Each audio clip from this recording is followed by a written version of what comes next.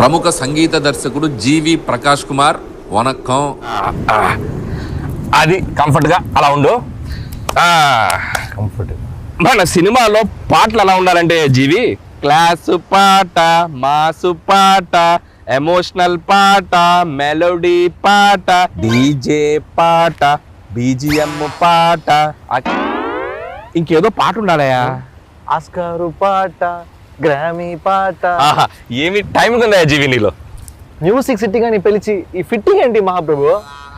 ఏమి లేదయ్యా జీవి, నువ్వు హీరోగా బిజీ, ప్రొడ్యూసర్గా బిజీ, మ్యూజిక్ డైరెక్టర్గా ఇంకా బిజీ. ఒక్క మనిషి ఎన్ని పనులు చేయొచ్చా? బాగా కుళ్ళుబోతు మనిషిలా ఉన్నాడే.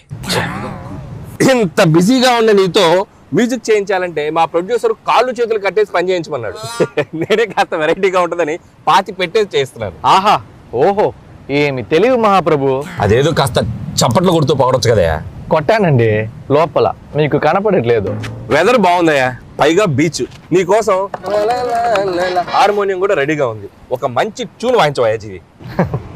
ట్యూన్ కొట్టాలంటే హార్మోనియం ఉంటే సరిపోదా, 2 చేతులు 10 వేలు కూడా కావాలి. నీకో బంపర్ ఆఫర్ ఉంది జీవి, ఓన్లీ నీ 2 చేతులు మాత్రం విడుదల చేస్తాను. Thank you sir.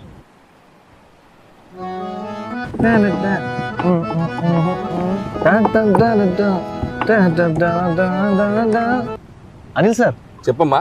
నాకు ఒక లిరిక్ రైటర్ ఇస్తే చాలా కంఫర్టబుల్ గా ఉంటుంది. లిరిక్ రైటరా? ఎప్పుడూ రెడీ. అతన్ని పాతి పెట్టి 2 రోజులైంది. మాసు పాట, క్లాసు పాట, 2-4 పాట, 6-8 పాట, మెలోడీ పాట, ఫాస్ట్ పాట, అనిల్ గారు ఓకే చేసిన పాట.